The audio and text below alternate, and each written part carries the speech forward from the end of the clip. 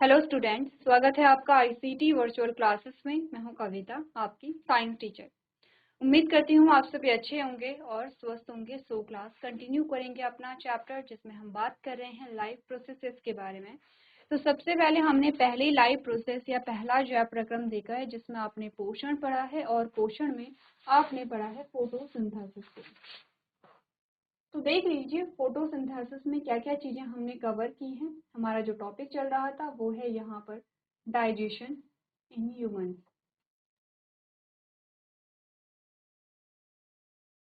चलिए, डाइजेशन हमारे पास सबसे पहले आता है जिसमें सबसे पहले हमने डाइजेस्टिव सिस्टम की बात की है। हमने कहा एलिमेंट्री कैनाल हमारे पास आती है और उसमें अलग अलग ऑर्गन हमारे पास आते हैं। नेक्स्ट हमने बात की है यहाँ पर जो ग्लैंड्स होती हैं, कुछ ग्रंथियां होती हैं, वो यहाँ पे डाइजेस्टिव सिस्टम का एक पार्ट होती हैं। न्यूट्रिशन की बात करें तो हमने कहा हमारे पास कितने स्टेप आते हैं, यहाँ पे 5 स्टेप आते हैं। इंजेशन है, डाइजेशन है, एब्जॉर्प्शन है, एसिमिलेशन है एंड ईजेशन है। ठीक है, 4 स्टेप्स हमारे पास आते हैं। तो सबसे पहले हमने कहा कि यहाँ पर माउथ में आपने पढ़ा है टीथ को, और आपने पढ़ा है यहाँ पर सलाइवा के बारे में प्लस टंग के बारे में। ठीक है, कि किस प्रकार से यहाँ पे डाइजेशन होता है। नेक्स्ट हम बात कर रहे थे स्टमक के बारे में, और स्टमक में सबसे पहले हम देख रहे थे यहाँ पर स्टमक में पाए जाने वाली जो गैस्ट्रिक ग्लैंड है। गैस्ट्रिक ग्लैंड में अलग अलग प्रकार की सेल्स हमारे पास आती हैं जो यहाँ पे क्या करेंगे, पाचन करेंगे। हमारा टॉपिक जो चल रहा था कुछ इस प्रकार से, हमने कहा था कि लीवर से क्या स्रावित होता है, बाइल निकलता है। ठीक है, ये जो निकल रहा है ये है बाइल, जिसे आप कहते हैं पित्तरस। पित्तरस, ठीक है। और ये स्टोर होता है इस पाउच में जिसे हम कहते हैं गॉल ब्लैडर या पित्ताशय, या कहेंगे पित्ताशय। ठीक है, आगे बढ़ते हैं। हमने कहा ये यहाँ पर पित्ताशय छोटी आंत में जा रहा है और यहाँ से जो आपकी क्या है पैनक्रियाज अग्नाशय है, वहां से निकल के पैनक्रियाटिक जूस कहाँ से कहाँ जा रहे हैं, आपके छोटी आंत में यहाँ पे जा रहे हैं। तो नेक्स्ट हमारे पास जो पार्ट आता है डाइजेशन जहाँ पे हो रहा है वो है स्मॉल इंटेस्टाइन या छोटी आंत। छोटी आंत के बारे में कुछ चीजें हमने कही है। हमने कहा छोटी आंत जो होती है इसकी लंबाई बड़ी आंत से ज्यादा होती है, 7.5 मीटर इसकी लेंथ होती है। अगर हम बात करें तो जो बड़ी आंत होती है वो ज्यादा ब्रॉड होती है, और जो छोटी आंत है वो नैरो होती है और कैसे होती है, पाइप जैसी संरचना होती है। दूसरा, जो आपके इंटेस्टाइन है उसमें कुछ इस प्रकार के स्ट्रक्चर होते हैं जिन्हें आप जानते हैं विलाई के नाम से। ठीक है, इन्हें आप जानते हैं विलाई के नाम से। ठीक है, ये विलाई क्या करेंगी, एब्जॉर्प्शन में यहाँ पे क्या करती है, मदद करती है। तो भोजन का जो पूर्ण पाचन होता है वो छोटी आंत में होता है। ठीक है, और यहाँ पर हमने कहा पाचन के बाद क्या होगा, एब्जॉर्प्शन होगा, जिसे आप कहते हैं अवशोषण होता है। ठीक है, तो आपसे पूछा जाता है कि भोजन का पूर्ण पाचन कहाँ पर हुआ, आपने कहा छोटी आंत में पूर्ण पाचन हुआ है। दूसरा, हमने कहा कि भोजन का जो पाचित भोजन का अवशोषण है वो भी छोटी आंत से ही होता है। तो यहाँ पे क्या होती है, ब्लड वेसल्स होंगी, और यहाँ पे जो पाचित भोजन होता है वो ब्लड वेसल्स में जा करके ब्लड के साथ मिक्स हो जाता है। अब ब्लड पूरी बॉडी में यहाँ पे ट्रैवल करेगी, तो जो पाचित भोजन है वो पूरी बॉडी में यहाँ पे क्या होगा, सर्कुलेट होगा। तो पढ़ लेते हैं।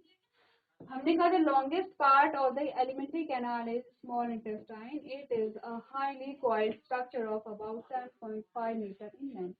आपकी एलिमेंट्री कैनाल का सबसे बड़ा भाग जो होता है वो है आपकी छोटी आंत। ठीक है, it is a very narrow tube with a large internal surface area. यहाँ पे सरफेस एरिया को कौन बिल्ड करता है, आपकी विलाई बिल्ड करती है।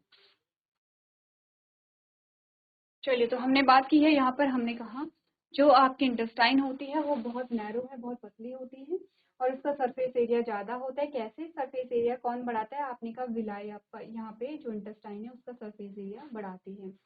It is the site of a complete digestion in humans. ये जहाँ पर मनुष्य का पूर्ण पाचन होता है ये वो साइट है यहाँ पे।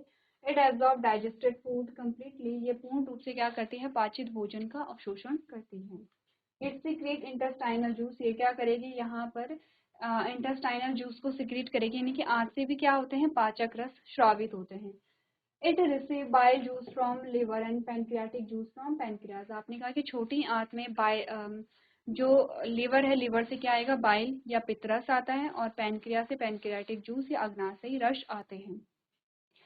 The small intestine is divided into 3 parts, 3 part में डिवाइड होता है। ड्यूडेनम, ड्यूडेनम वो पार्ट है जो स्टमक से जब इंटेस्टाइन शुरू होती है, ठीक है। तो पहला भाग जो है वो ड्यूडेनम है, दूसरा भाग जेजुनम है, और लास्ट वाला भाग है इलियम, ठीक है।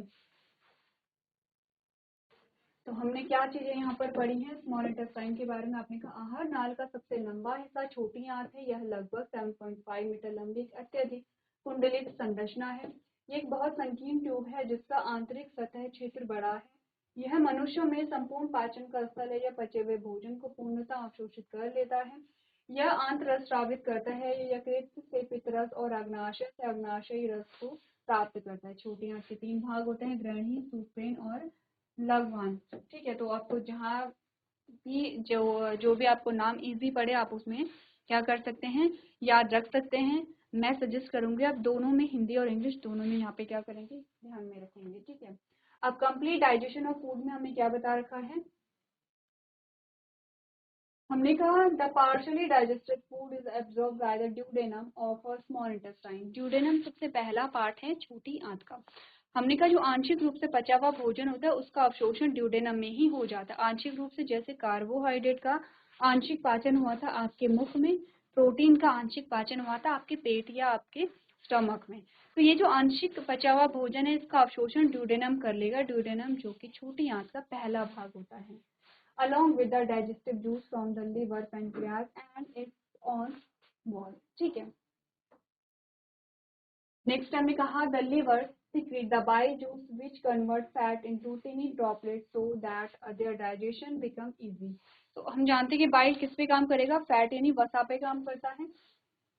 the pancreas produces a pancreatic juice that break down fat into a fatty acid and glycerol। जो पैनक्रियाटिक जूस है वो क्या करेंगे, तीनों पे काम करते हैं यहाँ पर, ठीक है। अब आते हैं इंटेस्टाइनल जूस। आपने कहा intestinal juice secreted by walls of small intestine, ठीक है। जो यहाँ पे आंत की दीवारें होती हैं वो क्या करेंगे, यहाँ पे इंटेस्टाइनल जूस को सिक्रेट करती हैं, और ये स्टार्च और कार्बोहाइड्रेट को सिंपल शुगर में कन्वर्ट कर देती हैं। The sugar are known as glucose. Simple sugar आपकी क्या होती है, ग्लूकोज होती है। It also convert the protein into amino acid. तो यहाँ पर जो इंटेस्टाइनल जूस होते हैं ये भी कार्बोहाइड्रेट, प्रोटीन और फैट तीनों का ही डाइजेशन करेंगे। All this simple broken down forms are called a digested food. तो होता क्या है देखिए, हमने कहा कि यहाँ पे क्या होते हैं, जो आपका कार्बोहाइड्रेट है, कार्बोहाइड्रेट या स्टार्च हो गया वो ग्लूकोज में कन्वर्ट हो जाता है। जो आपके प्रोटीन है वो आपके अमाइनो एसिड में कन्वर्ट हो जाते हैं, ठीक है। जो फैट है यहाँ पे वो आपने कहा कि फैटी एसिड और ग्लिसरॉल में कन्वर्ट हो जाते हैं। तो अगर मैं आपसे कहूँ कॉम्प्लेक्स फॉर्म क्या है,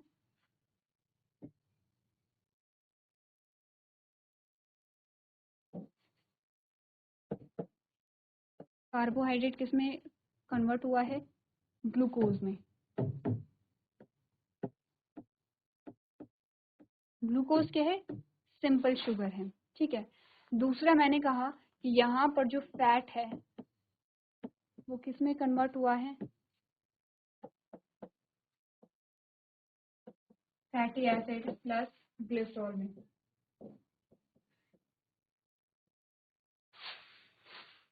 ठीक है। और हमारे पास आता है प्रोटीन, ये हुआ है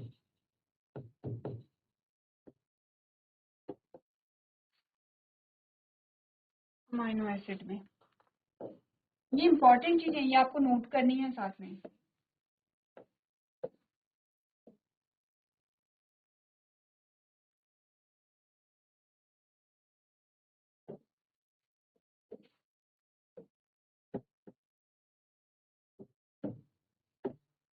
चलिए जल्दी से एक बार आप नोट कर लेंगे, उसके बाद हम आगे की चीजें यहाँ पर पढ़ेंगे। तो कार्बोहाइड्रेट क्या है, ध्यान रखिए। हमने कहा इस साइड में जो हमारे पास आते हैं, मैं यहाँ ऊपर लिख रही हूँ, इस साइड में जो हमारे पास आते हैं वो है कॉम्प्लेक्स फॉर्म। और इस साइड में जो हमारे पास जैसे ये इस साइड में जो हमारे पास आते हैं ये हैं simple form.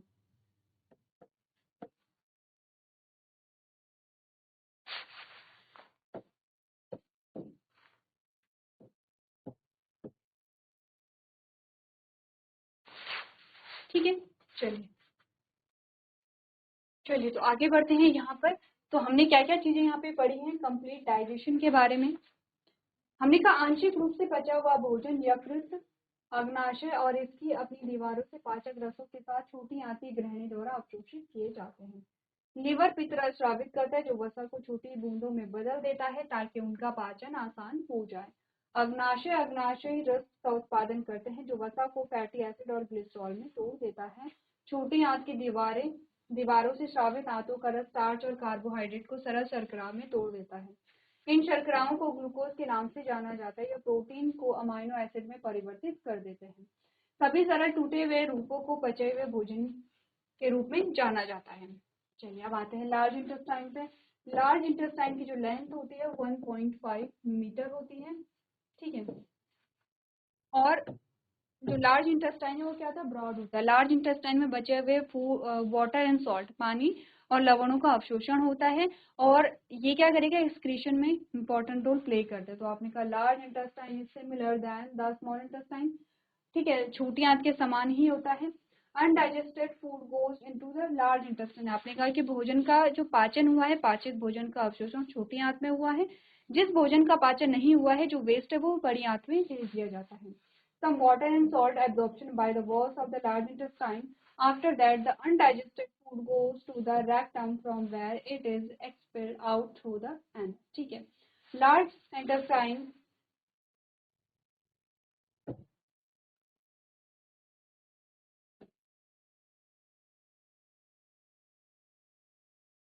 absorb excess of water. ठीक है, जो large intestine होती है, rest of the minerals is removed from the body via the anus ejection. ठीक है, rest of the जो मटेरियल होता है, ठीक है, जो और मटेरियल होता है वो क्या होता है, बॉडी से बाहर निकल जाता है।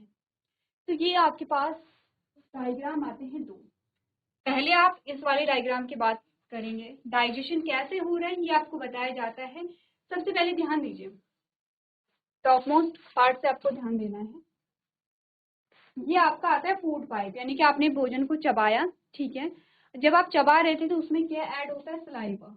कहाँ से सिक्रीट होता है, सलाइवरी ग्लैंड से। आपकी जो क्या होती हैं, सलाइवरी जो ग्रंथियां होती हैं, ठीक है, वहां से क्या होता है, जो लार ग्रंथियां होती हैं या सलाइवरी ग्लैंड होती है, वहां से सलाइवा निकलेगा। भोजन को क्या होता है, भोजन के आंशिक पाचन में मदद करेगा।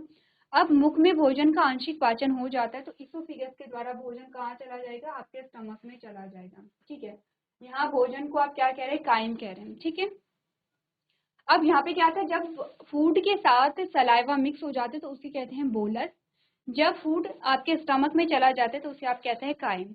स्टमक में आपने कहा, फिर यहाँ पे पाचन होगा। आपके जो स्टमक की जो गैस्ट्रिक ग्लैंड होती हैं उनमें अलग अलग जो सेल हैं वो अलग अलग प्रकार के पोषक या पाचक जो रस होते हैं उनका श्रावण करेगी, जैसे कि हाइड्रोक्लोरिक एसिड है, जैसे कि म्यूकस है, जैसे कि पेप्सिनोजन यहाँ पर आता है।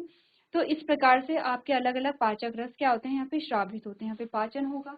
अब बाइल, जो लिवर है, लिवर से बाइल निकला और जो आपका पैनक्रियाज है वहां से पैनक्रियाटिक जूस दोनों जाते हैं आपकी स्मॉल इंटेस्टाइन में, छोटी आंत में जाते हैं। ठीक है, और यहाँ पे इंटेस्टाइनल जूस भी इंक्लूड होते हैं जो कि यहाँ पे कंप्लीट डाइजेशन करेंगे और यहाँ पर क्या होगा, भोजन का अवशोषण भी होगा। इसी चीज को थोड़ा यहाँ अगर हम देखें तो हमने कहा सिंपलर प्रोटीन जो है वो अमाइनो एसिड है, मॉल्टोज और जो है वो ग्लूकोज, सबसे सिंपल कार्बोहाइड्रेट ये है, और सबसे सिंपल जो फैट है वो ग्लिसरॉल और फैटी एसिड है।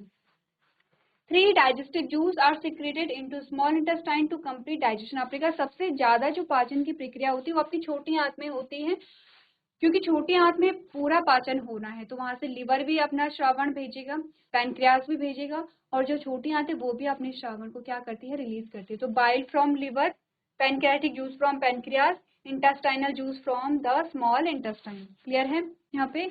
तो इस प्रकार से आप क्या करेंगे, यहाँ पर रिप्रेजेंट करेंगे। चलिए, अब आप इस टेबल को समझ सकते हैं, जो हमारे पास एक टेबल आती है डाइजेशन को पढ़ने से पहले। इस टेबल को ध्यान से देखिए। यहाँ से मार्क्स से स्टार्ट करेंगे, क्या क्या चीजें पाई जाती हैं और क्या यहाँ पर हुआ है, एक एक करके 1 2 3 नंबरिंग आपको दी गई है, तो ध्यान से देखिए। सबसे पहले माउथ है, माउथ में लिखा हुआ है कि क्या होता है, सलाइवरी ग्लैंड होती है जो सलाइवा को सिक्रीट करती है। इसमें होता है सलाइवरी अमाइलेज जो कि क्या करता है, कार्बोहाइड्रेट का आंशिक पाचन यहाँ पर करता है। तो ये क्या करता है, स्टार्च को शुगर में कन्वर्ट करने का काम करता है। दूसरा आते हैं आपके टीथ जो कि भोजन को काटने चबाने में मदद करते हैं। तीसरी आती है आपकी टंग जो रोलिंग में, टेस्टिंग ऑफ फूड में मदद करती है, भोजन को चबाने में मदद करती है, स्वाद को पहचानने में मदद करती है, भोजन को निगलने में मदद करती है। तो इस प्रकार से आपने मुख में पाचन देखा। दूसरे नंबर पे आता है एसोफेगस, जिसे आप क्या कहते हैं यहाँ पे, फूड पाइप भी कहते हैं। इसका सिंपल सा काम होगा यहाँ पे फूड को आपके माउथ से आपके स्टमक में भेजना, और यहाँ पे पेरिस्टाल्टिक मूवमेंट होती है, ठीक है, यानी कि रिदम में कॉन्ट्रैक्शन और रिलैक्सेशन होगा जब आप खाने को क्या करेंगे, निगलेंगे। ऐसे नहीं होता है कि हर टाइम में जो कॉन्ट्रैक्शन है और रिलैक्सेशन है ये चलता रहेगा। तीसरा आता है स्टमक। स्टमक में अपने गैस्ट्रिक जूस होते हैं जैसे कि पेप्सिन होता है, हाइड्रोक्लोरिक होता है और म्यूकस होता है। सबसे पहले हाइड्रोक्लोरिक एसिड का काम है जो कि बीच में आपका ये है, ये वाला है, ठीक है। हाइड्रोक्लोरिक एसिड का काम होता है कि मीडियम को एसिडिक बनाना, पहला काम। हार्मफुल जो आपके बैक्टीरिया फूड के साथ आ गए हैं उन्हें किल करना, दूसरा काम। तो तीसरा पेप्सिनोजन को पेप्सिन में कन्वर्ट करना। एक्चुअली में यहाँ पे निकला क्या होता है, पेप्सिनोजन।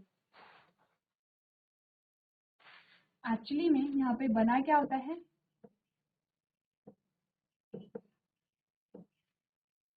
पेप्सिनोजन रिलीज होता है और पेप्सिनोजन को पेप्सिन में कन्वर्ट किया जाता है हाइड्रोक्लोरिक एसिड के द्वारा। तो हमने ये भी पढ़ा था पेप्सिनोजन इनएक्टिव फॉर्म में, पेप्सिन एक्टिव फॉर्म में, ठीक है। पेप्सिन का काम क्या होता है, यहाँ पे प्रोटीन का डाइजेशन होता है। अब आते हैं म्यूकस पे कि म्यूकस क्या करता है, protects inner lining of stomach. आपने कहा क्योंकि हाइड्रोक्लोरिक एसिड एक स्ट्रॉन्ग एसिड है, तो म्यूकस क्या करेगा, जो स्टमक की वॉल है, जो आमाशय की दीवारें हैं, उनकी रक्षा करेगा हाइड्रोक्लोरिक एसिड से। क्लियर है। आते हैं फोर्थ नंबर पे जो है स्मॉल इंटेस्टाइन, जिसमें लिवर से बाइल निकलेगा और पैनक्रियास से पैनक्रियाटिक जूस निकलेगा।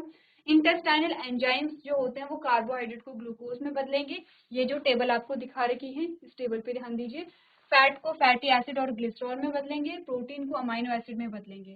सेकेंड जो आपके पास आता है ये पैनक्रियाटिक जूस, आपने कहा ट्रिप्सिन को जो है, ट्रिप्सिन क्या करेगा, प्रोटीन को पेप्टोन्स में कन्वर्ट करेगा और लाइपेज को इमल्सिफाइड फैट्स यानी फैटी एसिड और ग्लिसरॉल में कन्वर्ट यहाँ पर करता है। फिफ्थ नंबर पे आता है लार्ज इंटेस्टाइन, ठीक है। अच्छा, एक और यहाँ पे आता है जो लार्ज फैट ग्लोब्यूल्स होते हैं वो स्मॉल फैट ग्लोब्यूल्स में कन्वर्ट हो जाते हैं बाइल जूस के द्वारा। इसे कहते हैं इमल्सिफिकेशन, ठीक है। तो इमल्सिफिकेशन जो होता है वो बाइल जूस के द्वारा होता है, यानी कि जो आपका पित्तरस है, कहाँ से निकल रहा है जो बाइल है, आपने कहा ये निकलेगा लिवर से। क्लियर है यहाँ पे, ये है छोटी आंत में। अब बात करते हैं बड़ी आंत में क्या हुआ, आपने कहा एब्जॉर्ब एक्सेस वाटर। ये क्या करेगा, जो अतिरिक्त मात्रा में जो पानी है उसे एब्जॉर्ब करेगा। रेक्टम में क्या होगा, टेम्परेरी कलेक्शन ऑफ वेस्ट, ठीक है। और एनएस के द्वारा जो होगा वो इजेशन की प्रोसेस होती है। तो आपके लिए ये जो टेबल है बहुत हेल्पफुल है, क्योंकि एक टेबल में आप पूरी डाइजेशन की प्रोसेस को यहाँ पर एक्सप्लेन कर पा रहे हैं। जैसे अगर आपके पास क्वेश्चन आता है 5 नंबर में, तो आप इस टेबल को बना सकते हैं। यहाँ पर क्या आपको लिखना कम पड़ेगा और आप ज्यादा चीजें यहाँ पे एक्सप्लेन कर रहे हैं। तो एक बार आप लोग देख लेंगे टेबल को। चलिए, तो ये हमने बात की है डाइजेशन, और इसी के साथ हमारी जो सेकेंड लाइफ प्रोसेस है वो यहाँ पे कंप्लीट होती है, ठीक है। तो यहाँ पर हमारा जो न्यूट्रिशन है, न्यूट्रिशन में हमने फोटोसिंथेसिस जो ऑटोट्रॉफिक मोड ऑफ न्यूट्रिशन को बताता है, लेकिन हमने कहा यहाँ पे डाइजेशन है जो हेटेरोट्रॉफिक मोड ऑफ न्यूट्रिशन को बताता है। दो प्रोसेस हमने पढ़ ली हैं। अब देखिए, क्योंकि हमारे एग्जाम यहाँ पर आने वाले हैं, आपको करना क्या है, मैंने आपको बहुत बार बोला है कि जब भी हम यहाँ पे कोई सिस्टम पढ़ते हैं तो सबसे पहले आपको वो सिस्टम बनाना आना चाहिए। जैसे फोटोसिंथेसिस के लिए आपने कहा रॉ मटेरियल क्या क्या चाहिए, इस बात का आप ध्यान रखेंगे। डाइजेशन के लिए आपको डाइजेस्टिव सिस्टम बनाना आना चाहिए, मस्ट है, इम्पॉर्टेंट है। दूसरी चीज जो आपको ध्यान देनी है कि डाइजेस्टिव सिस्टम आप बनाएंगे तो सीक्वेंस का आपको पता चल जाएगा कि किस सीक्वेंस में क्या क्या चीजें आ रही हैं। जो आपके डाइजेस्टिव जूस होते हैं, जो पाचक रस है, उनका ध्यान रखेंगे कौन सा पाचक रस कहाँ से निकला और उसका जो एक्शन था वो कहाँ पे है, यानी कि सीक्रेट कहाँ पे हो रहा है और एक्शन किस पे होगा। ठीक है, जैसे सलाइवरी अमाइलेज काम करेगा किस पे, आपने कहा कार्बोहाइड्रेट पे। जैसे पेप्सिन काम करेगा किस पे, आपने कहा यहाँ पे प्रोटीन पे। ठीक है, तो यहाँ पर आपने कहा कि इस प्रकार से आप ध्यान रखेंगे। नेक्स्ट हमारे पास लाइफ प्रोसेस आती है, वो है रेस्पिरेशन। क्या होती है रेस्पिरेशन? हमने कहा सांस लेना और सांस छोड़ना क्या है, रेस्पिरेशन है। ठीक है, रेस्पिरेशन सिर्फ इतनी नहीं है।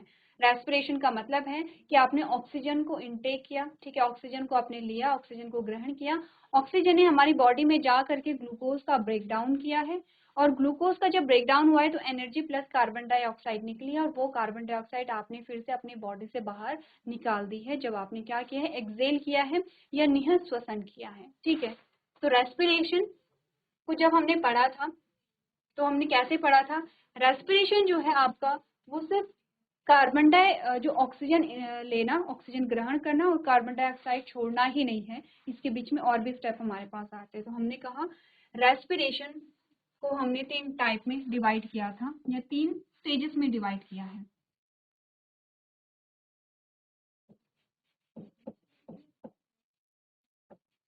एक्सटर्नल रेस्पिरेशन,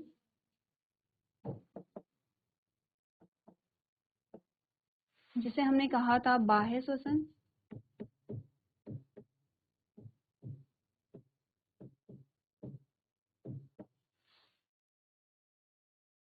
दूसरा आता है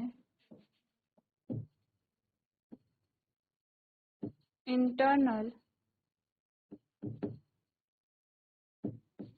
रेस्पिरेशन, जिसे हमने कहा आंतरिक श्वसन।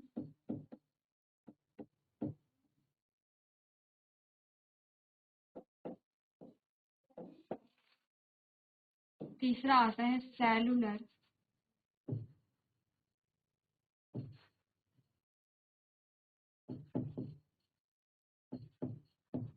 रेस्पिरेशन, जिसे हमने कहा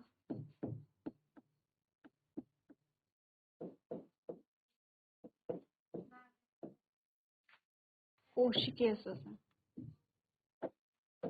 अब ये श्वसन के प्रकार नहीं है, ध्यान रखिए, ये श्वसन के प्रकार नहीं है, ये रेस्पिरेशन के स्टेजेस हैं, सीक्वेंस है। ठीक है, पहले ये होगा, उसके बाद ये होगा, उसके बाद ये होगा, जिसे हम इंडिकेट करेंगे एरो से।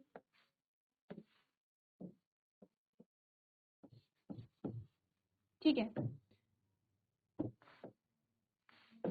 अब हमने कहा जो श्वसन होता है वो 3 स्टेज में, 3 स्टेप में कंप्लीट होता है। सबसे पहले बाह्य श्वसन हम कहते हैं, ठीक है, फिर हम आंतरिक श्वसन की बात करते हैं, और फिर हम बात करते हैं सेलुलर रेस्पिरेशन। तो रेस्पिरेशन को समझने से पहले एक सिंपल सी डेफिनेशन ये समझिए कि रेस्पिरेशन का सिंपल सा मतलब अगर हम कहें, रेस्पिरेशन के कितने भी स्टेजेस हों या कितने भी स्टेप हों, इसका सिंपल सा मतलब है एक्सचेंज ऑफ